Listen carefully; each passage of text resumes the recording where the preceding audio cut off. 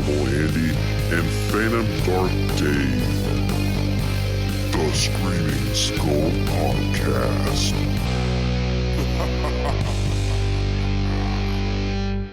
What's up, everybody? You're listening to a brand new episode of the Screaming Skull Podcast. We are your host. I'm Phantom Dark Dave.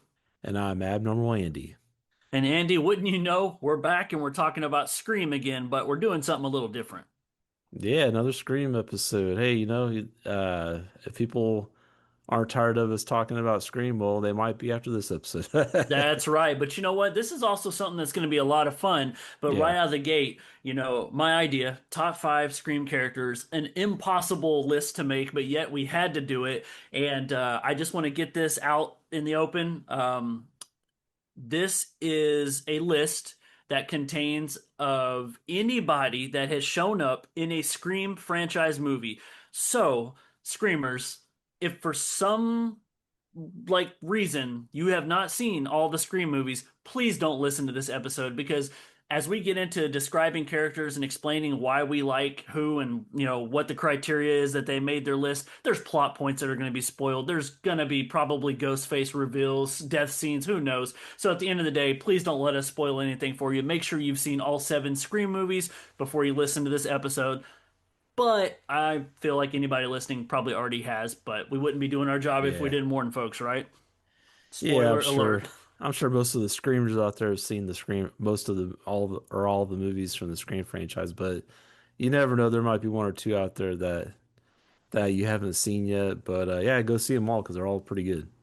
I also wanted to be specific. I totally excluded the TV show. Oh yeah, me too. I've seen season 1 and 2. I never saw season 3. That hmm stuff to me isn't canon. It's cool, but it's not canon, so it doesn't count in what we're doing today. Yeah, I know I just pissed Marty off. Sorry, bro. It's cool. I'll eventually watch it, but we'll save that for another podcast. But my dude, yeah. the funny thing about making this that I thought about you is I know you really well. And anytime I talk to Andy and I'm like, dude, I'm like racking my brain, I'm like torturing myself trying to logically put this list together. He's like, oh yeah, mine's already done. And I'm like, I came up with that idea yesterday. How are you already done? He's like, oh, I didn't think too much into it. I just thought of my top 5 favorite characters, and I'm not going to change it. Yeah. Is that how it went again? Basically, there That's was a little lovely. rearrangement. After I kind of started looking, I was like, I could do this and that. So yeah, Well, when you start to piece together a list, you notice that it's impossible to put everybody that you like on this list. And damn me if I'm not like getting an ulcer over it, trying to stress out and make people uh, happy. But at the end of the day, I mean, it's my list and your yeah, list, right? So that's right. not everybody's going to be happy, but I Yeah, think a lot of people between the two of us, because there's no way we have the same top 5 list. I think a lot of folks are going to be, okay with some of our choices here. So. yeah, yep, But yeah, this was my choice, man. I wanted to do some Scream. I love doing top fives, and so I know oh after yeah, this we're got some things to tell listeners about that I'm really excited for the summer. But yeah, we'll save that to the end of the episode. yeah. Andy, if it's okay with you, you always go first. I would like to go first, so that way we end with your number one, and maybe people won't be as mad as they will be with me. All right, sounds good. All right, let's do it. So, top fives with honorable mentions. Kickstarting my list off. My honorable mention is Danny. So Danny. Danny is from Scream 6. So he's the mysterious cute boy who lives across from the core four when they move into their New York apartment. Oh yeah, yeah, yeah. Okay, yeah, Yeah, and so as the movie goes, it's revealed that he's actually dating Sam.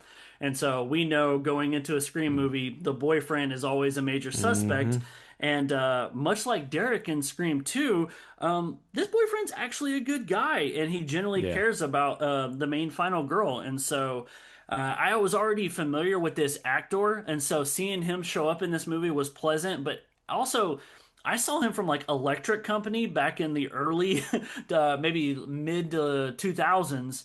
And so seeing him in this role is completely different, but it was very refreshing. He has some great acting chops, and I just really liked his dynamic with Sam and the whole core four. And I loved the storyline of, hey man, like we don't know you that well. Like we're all from Woodsboro, you're not. we're not letting you in our circle. And he handled it really, really good. And anytime that it seemed like he was a suspect, he really came in clutch for the situation. And damn, that's a character I really had hoped to see continue on with the Scream franchise. But we only get him in Scream 6. But I'm very happy, and so much so that he's my honorable mention. So. Yeah, that's a cool pick. Yeah, I do like that character, Danny. Yeah, he's kind of the perfect red herring, but he kind of redeems himself, in that movie and shows he is a decent guy, and he's a good, like you said, he's a good counterpart to Sam, and also he's kind of like he didn't really like.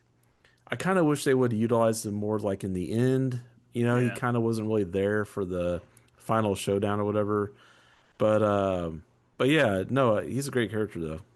Yeah, but it makes sense why he's not there. As much as we dislike the fact that he's not, because he was such a good character, Yeah. they tried to keep it with people they can trust. And in the movie, Danny's like, "Don't trust anybody you don't know. Don't even trust me." And I'm like, "That's awesome, man. I love that he puts her first, Yeah. and he proved that he was Yeah. there for her in the end, and so much so even the end of the movie. It's so good." And throughout this franchise, you're gonna have couples. You have Sidney, Gail. Everybody has a boyfriend. Everybody has a girlfriend. There's so many people, and I gotta just say, Sam and Danny was literally one of my favorite couples in the entire franchise, just because of how authentic it felt and the impressions that it made. So I don't know how few people are gonna feel about that, but that it was just hard getting him on the list because I wanted to put him in my top five. But hey, I'm cool with him being my honorable mention. So my dude, what do you got for your honorable mention? Well, you're talking about pissing people off with your picks. Well, my honorable mention, there's a reason why I made it my honorable mention because some people may think this is kind of a cheat, but that's okay. So my honorable mention is Ghostface.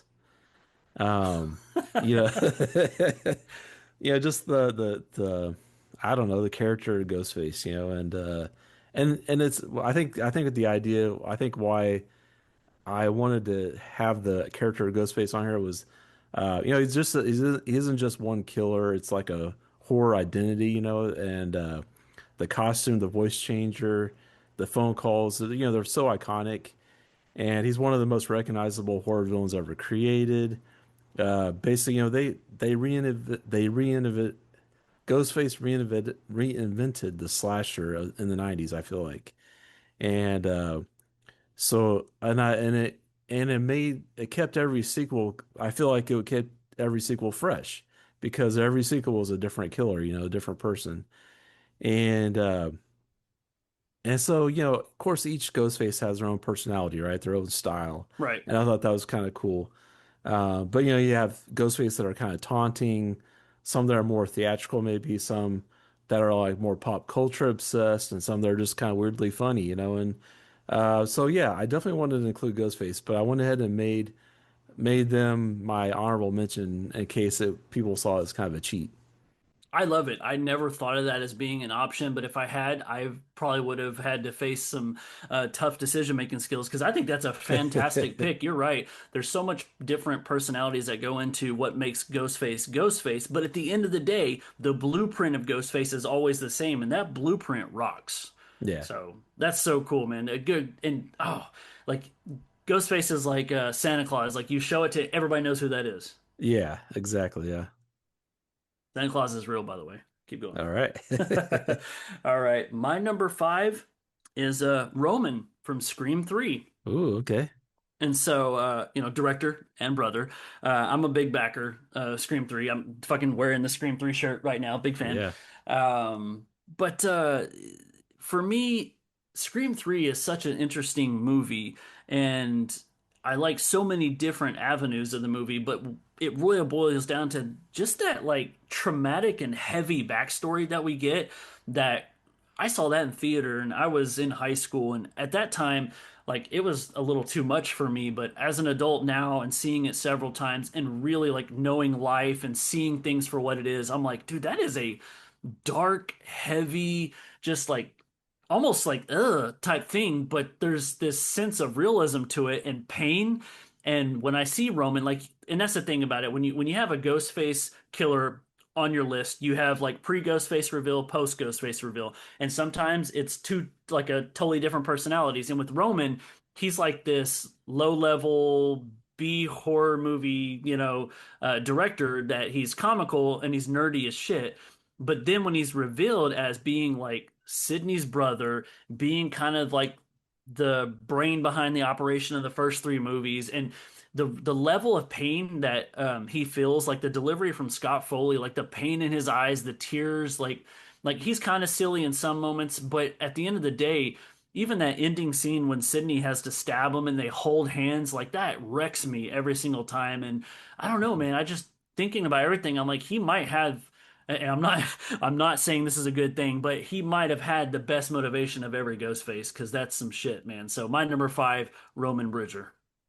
Yeah, it's a good pick. And I think that, yeah, that final showdown of Scream 3 was probably one of the best of the whole series in my eyes. He was a great Ghostface. Um, yeah, and he was like the only solo Ghostface, and so I thought There that you was go. interesting. And yeah, Scott Foley's great, great actor. I like him and everything. He's been in some other stuff since then. Felicity for life. No, I'm just Oh kidding. yeah. But yeah, no, it's cool, and yeah, it's cool to see him on your list, and he was a great Ghostface. Thank you so much. I'm glad you approve. All right, so my number five is Dewey Riley. Yeah, Deputy Um, Dewdrop. yeah, so like I think Dewey just gave the franchise some heart, and everyone else was kind of cynical and damaged. Dewey always kind of stayed sincere and loyal, I feel like. He became kind of the emotional glue of the original trilogy, our legacy people. And he kind of added this warmth and humanity to the series. He's definitely one of the most lovable recurring horror characters ever, like in any movie. I feel like, um, just with his personality, he had this kind of earnest, and he was earnest, protective, slightly awkward, and just always likable. I feel like, and I think also his story arc was kind of one of the saddest story arcs with the way it ended with him, which was just really sucked the way it ended. You are not wrong. Yeah. But yeah, so I had to add him on my list because he did make a quite an impact on the series. Yeah, man. And only in a way that David Arquette could do. Like Hmm. it was perfect.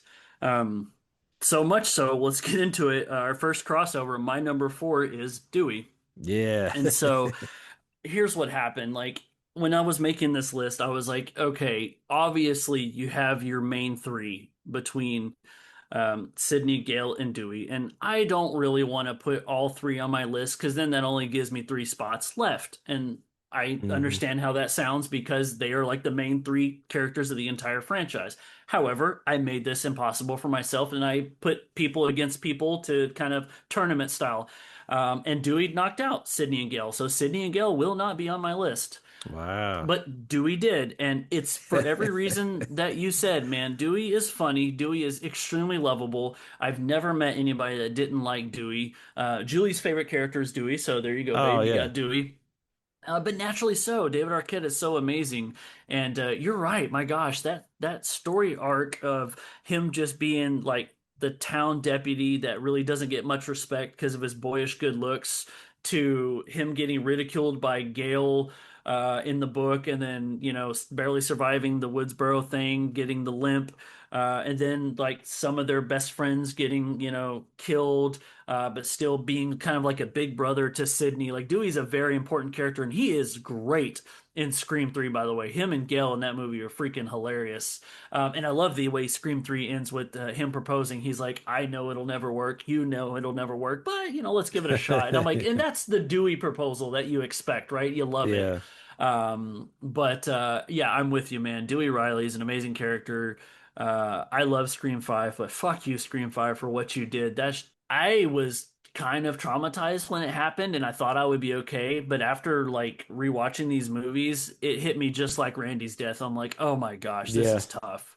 It And was so but yeah, man, my spot for number 4 goes to Dewey. So now I'm going to hand it awesome. right back to you. All right. So my number four, going to the kind of going to the dark side here. My number four is Billy Loomis. And Johnny kind of, Depp's brother? oh yeah. Yeah, so kind of why add him to list is he kind of established the darker psychological side of Ghostface. Skeet Ulrich, he brought a cold, unsettling presence, and it helped separate Scream from some more of the cartoonish slashers. I feel like that had been up to that point, like Freddy was kind of getting cartoonish. Um, but and Billy Loomis, he's the one that like because of him, now we suspect every boyfriend in every Scream movie. He created the whole manipulative boyfriend killer archetype, kind of thing.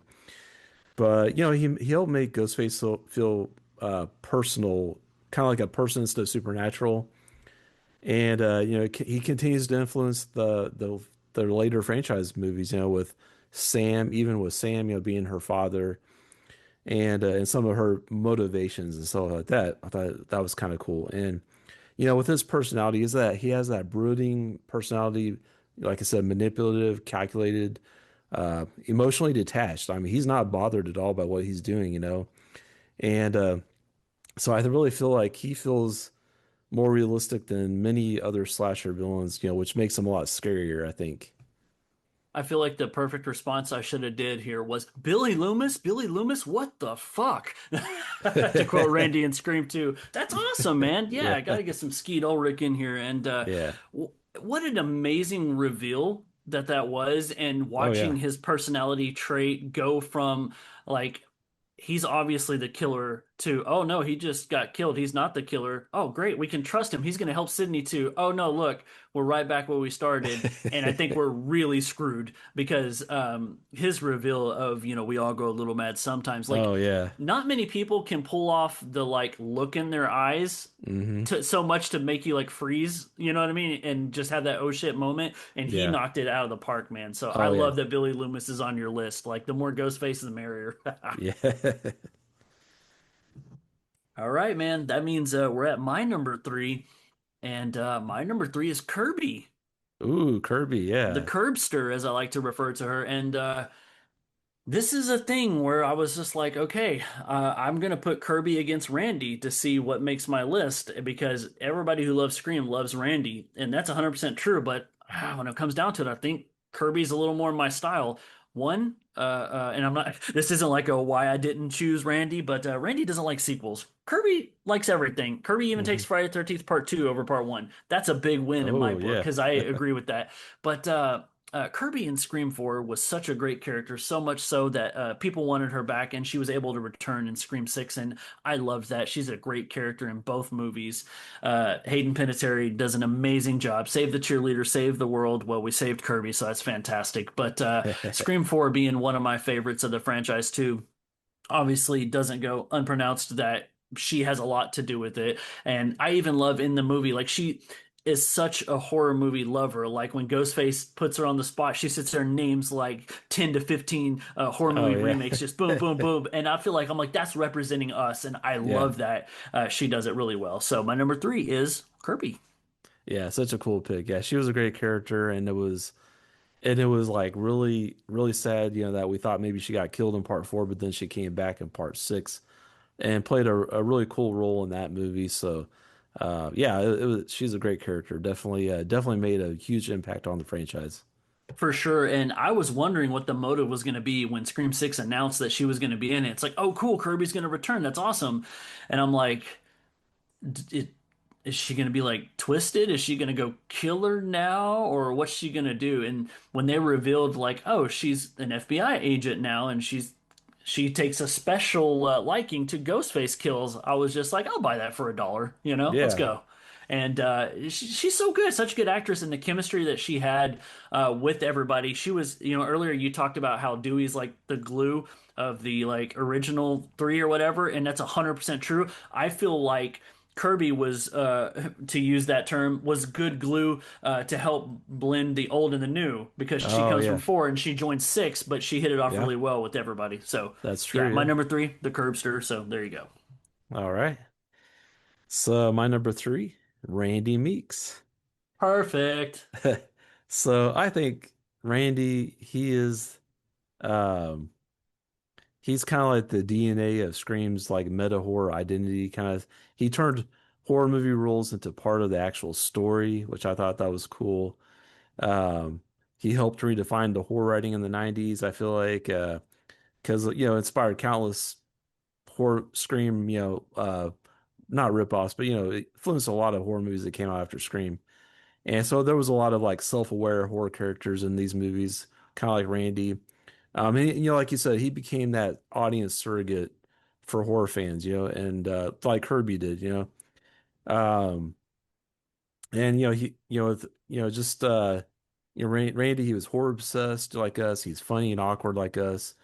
He's hyper observant, he's very, detail oriented, especially when they're looking for a Ghostface. He's very passionate. He's a passionate genre nerd, and so he's one of us, and so I, and he's part of the original Legacy, character. So I actually had, I couldn't not put him on my list. And I think, without Randy, like, yeah, well, here's the thing. Without Randy, do we have Kirby later on? Absolutely not. Or without Randy, does Scream just become another slasher? And did the addition of the Randy's character really make that much of a difference? Where like really was he the one that really kind of created the whole meta, or because he's the one that kind of talked about the horror rules and kind of incorporated that into the story. So and going forward with each Scream sequel, we have the new rules. What's the rules for this movie? Kind of thing. Right. What's the killer's motivation? He even talked about that too. Don't you feel So, like Randy was literally the stand-in for Kevin Williamson? oh yeah, Because yeah, Kevin had to pour his heart into that, knowing all the rules to make such a meta franchise that he was able to use, like you said, a surrogate like Randy to represent all of us. And I mean, if it wasn't for Randy, then we wouldn't get Chad and Mindy later to continue the rules. And so exactly. Yeah. definitely, and I agreed too. Without Randy, we wouldn't have had Kirby. And so the cool thing that Randy did, I love your pick. I can feel not as bad now that not having Randy, is that character already existed in horror movies, but never to Mm. that level. It was usually the kid who was getting babysat that nobody believed or paid attention to and didn't care. Where this time, like he was part of the dynamic, he's part of the friend group and somebody that had a voice within the movie, and it was something nice to see. So great pick. Yeah. Yeah. All right, my dude, my number two, Sam Carpenter. Okay. Uh, Daughter of Billy Loomis, as you Yeah. mentioned. Oh my gosh. So I wasn't familiar with Melissa Barrera pre-Scream 5, and so going into it, it is a big deal. It's been 11 years since we had a Scream film. Radio Silence has already established themselves as this great duo. I mean, we've Ready or Not's fantastic, so I'm really excited to see where it goes. And I'm watching the movie, and they didn't put anything in the trailer about her being Billy's daughter. So that twist was amazing. But I Hmm. think what I really loved about the character of Sam as being like a new final girl, it felt really good. I loved everything about her. I thought it was really cool that she was Billy's daughter. But, as horror fans, we all have a dark side that we keep inside, and that's kind of we like to see it in horror movies. It's represented. So the way that Randy represents us, I also felt like Sam Carpenter represents us because usually I mean, as a horror fan, you don't feel bad rooting for the bad guy because you like it, but like I'm not supposed to. I'm supposed to be rooting for. Well, this was really cool because the good guy kills the bad guy, but in a bad guy kind of way, and that was gnarly because Sam is brutal, and she's like, "Don't Yeah. fuck with the daughter of a serial killer," and she was more brutal than the actual Ghostface in the movie, and that was something that we're not used to, and I was like I'm getting chills telling you about it, but I'm like, oh my gosh, this character is amazing. She's the reincarnation of Billy Loomis, but it's okay. We can vote for her because she's a good guy. Yeah. She was the final girl that you loved to vote for, but you wanted to see her do the bad things. But no, I think I've expressed my heartbreak knowing that she's exited the franchise so much so that's probably because I end up liking that character so much and so much so that she's my number two. So very close to number one, Sam Carpenter. Awesome. Yeah, that's a cool. I'm glad to see her on your list. She was like, she was kind of the anchor of these newer movies like 5 and 6, and Yep. her and her sister, the Carpenter sisters. I think they were a great duo. Well, with the core four, I really like that. So awesome. Um, And yeah, I mean, she kicked butt in both movies. Like you And then said, obviously I love Danny, so like having yeah, both of them on my list now, my favorite couple. yeah. She's a great final girl, someone you can get behind, and she had her demons, like you said, but it just kind of made her more human, added some more depth to her character, and she's great. Yeah, Yeah, and I thought she was really good in five, and I thought she was even better in six. Like as an yeah, actress and the character development, I thought she was just growing. And so, being that five and six is going to be the Carpenter sister kind of storyline or whatever, I think her character was fantastic. I agree. All right, my dude, what do you got for So, number two? all right, my number two. My number two is Stu. Stu Macher. Stu This Macher. All Stu right, Macher's our guy, our boy, and there you go. he's our homeboy, Like some people would say Jesus is my homeboy. Well, Stu Macher's my homeboy, Andy's got the T-shirt. And so I mean, I don't think I have to convince too many people why Stu's essential for this franchise. He brought chaos and unpredictability to Ghostface. Um, Matthew Lord's performance is it's so energetic and unhinged that it became one of the most memorable villain portrayals in slasher history, in my opinion. His impact to the franchise, I mean, he helped establish Ghostface killers as more theatrical personalities. He created the blueprint for the funny but dangerous killer dynamic. He became one of horror fandom's most beloved villains, I think. I mean, I know I can speak for me and probably you. I mean, we love, Stu. We've wanted to see him come back in the franchise so many times, and we kind of got a tease here in this last movie. But yeah, just Stu's kind of wildly impulsive, weirdly charismatic, childish, but kind of but still violent and got this constant like nervous energy and I think it's like it's kind of a good like thing to think about, like or an interesting thing. Like, do you think that Stu's performance? Do you think Stu in some ways outshined Billy in the original Scream movie? I think that is the consumption nowadays. Yeah, I think so. I think because people, I know, like for me, when I think of Scream, like yeah, I always think about Stu, and I like, but wait, there's Billy too, and but yeah, Stu is just such a larger than life character, and yeah, I loved his character, and um. Such a tall ghost face. Yeah, yeah, and Matthew Lillard is such a great guy, just as a actor, as a person. So, yeah, just great combination. That's awesome, man. Yeah, I mean, Stu's great and Matthew Lillard's great, and the reveal of him being the number two killer is the one thing nobody expected in that movie. Yep. It brought logic to it, where movies at that time period, really didn't like. It's a horror movie. The killer's the killer. They can do whatever they want. Don't think too much into it. Where they took time with this one, and then you can literally be like, "Oh my gosh, there's two killers. That makes so much sense," And then you're dissecting it. Of course, it's this bromance that we saw in the video store. It almost gets scarier when you see both of them kind of switch personalities and show their true dark sides. But the thing is Billy, when he's revealed, he just got darker and more sinister. Where when Stu reveals, it's believable, but it's almost sad because you realize that he is kind of Billy's lapdog in the whole situation, and you feel for him because you really like Stu. He had totally built your trust the whole movie, but then you realize like Billy had his finger on Stu, and Yeah. it makes you wonder. Like he mentioned Stu's like peer pressure far too sensitive. I'm like, I believe him. I really think so. But in a way that Yeah. only Matthew Lillard can do. And I know some people are like, oh man, it's really over the top. And I'm like, yeah, I think that's kind of what we like about it, though. Oh, for sure. Yeah. I think that's the point. Yeah. Awesome. I'm surprised because I thought that was going to be your number one. So I Yeah. have an idea what your one will be, but we'll see when we get there. And the speed bump between those two things is my number one. Yeah. And Andy, my number one is not Stu. Okay. I'm sure part of you thought that was coming, especially when I said that certain people aren't on my list. This was tough. So many people are so great, and Sam Carpenter is so close to my number one. But after doing a lot of debate, there's only one character, man, that I can say that pre Ghostface and post Ghostface, I just loved through and through. and one would say that it's airtight. My number one is Mickey Altieri from Scream 2. Oh wow. I am a That, Timothy Oliphant fan, and yeah. I loved him as a Ghostface character.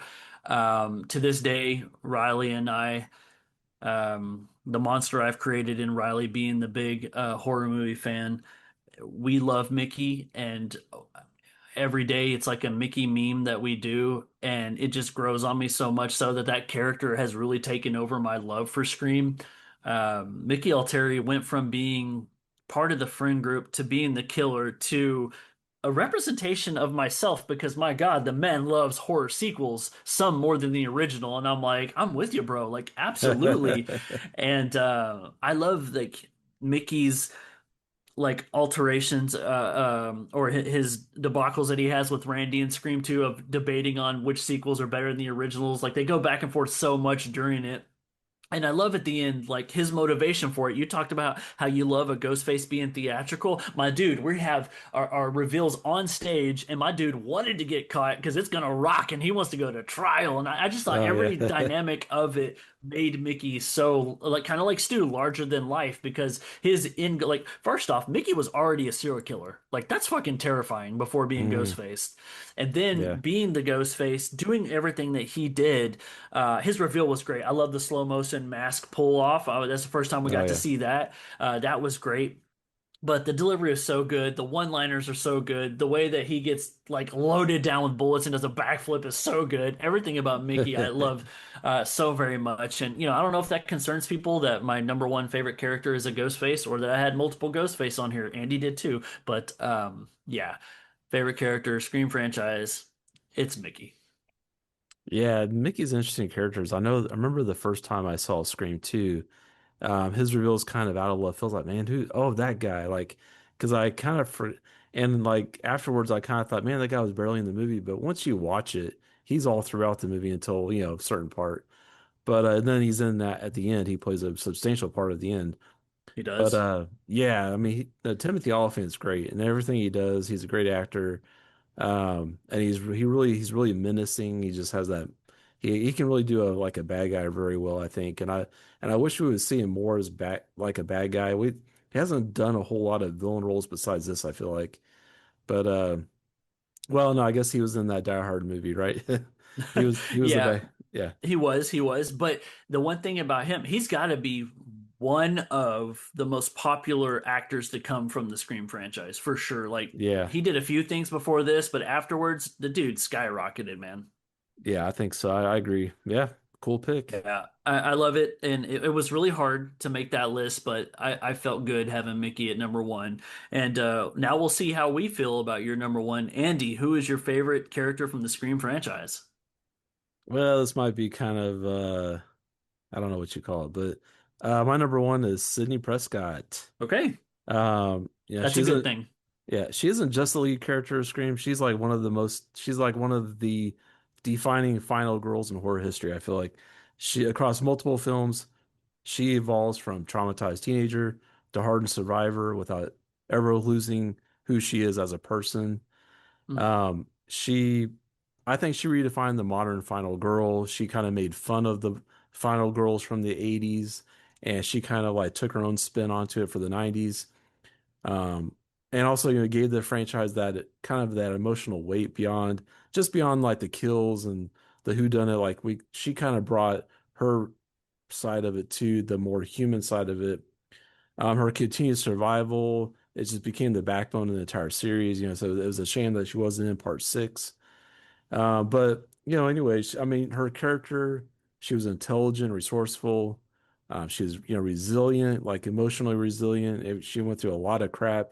Had her boyfriend turn out to be a killer, had her boyfriend killed in part two, all this stuff. But she was Her like brother sarcastic. turned out to be the killer. Yeah, she had a long lost brother that ended up being a ghost face. She was sarcastic. Her niece. Um, her niece, yeah. But the way she reacts under pressure, it did feel believable, and I think, yeah, just the way that uh Nev Campbell just, acted. She acted great. She just really added a lot to the character. And I don't know, like we only have one movie without Sidney in it, but I think really without her being in these movies, like would the Scream franchise kind of be fading away, or and now that she's back in the last one, is it bringing it back? I don't know, but I know a lot of people love 5 and 6, and I appreciate them. I like them a lot, but it's good to see her come back in part 7. Oh yeah, and I'm gonna be honest with everybody. I knew Nev Campbell was gonna be on your list somewhere, and that Yeah. made my job a lot easier of not putting her on my list because I had a hard time for about half a second when I was like, "Oh man, if I don't put Sidney on here, is that okay?" Because she is one of my favorite final girls, just Yeah, period, for all for the sure. reasons you said. But when I knew that you were gonna be able to, and that's why I ended with you. I was like, okay, I can put some of my other favorites on here. And so yeah, everything you said, 100% true. The franchise is what it is because of Nev Campbell's delivery as Sidney Prescott, the girl who kind of has been there and back, went through it all, but still remains strong and is passing the legacy down to her daughter is so fantastic. And so I Yeah. love that she's your number one. Yep. I feel like you have a really great list. I feel like mine it goes some places, and that's gonna make some people happy that like the weird characters. But then I feel Yeah. like you kind of have like the ultimate Scream 5 list going there. So I think between the two of us, a lot of Screamers are gonna give us a standing ovation before a boo. Yeah, no, yeah, your list is great. I mean, and it's fun.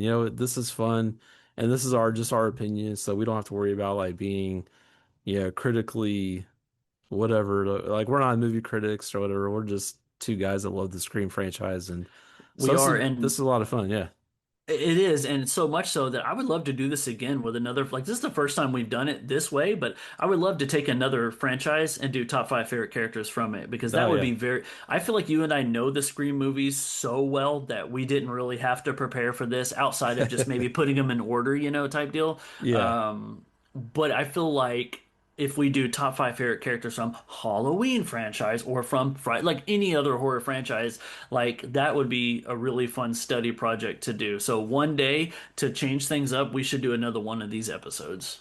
yeah, for sure, man. It's fun. Now, Andy, we like to take turns on this podcast. Like you pick something, I pick something, and sometimes I get overly energetic and I give you too many ideas. And because of that, sometimes we do two of my ideas in a row.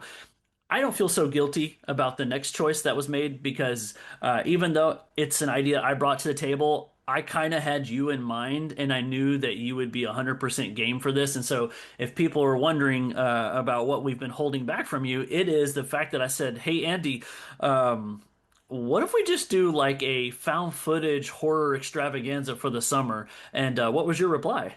Hell yeah, man. That sounds great.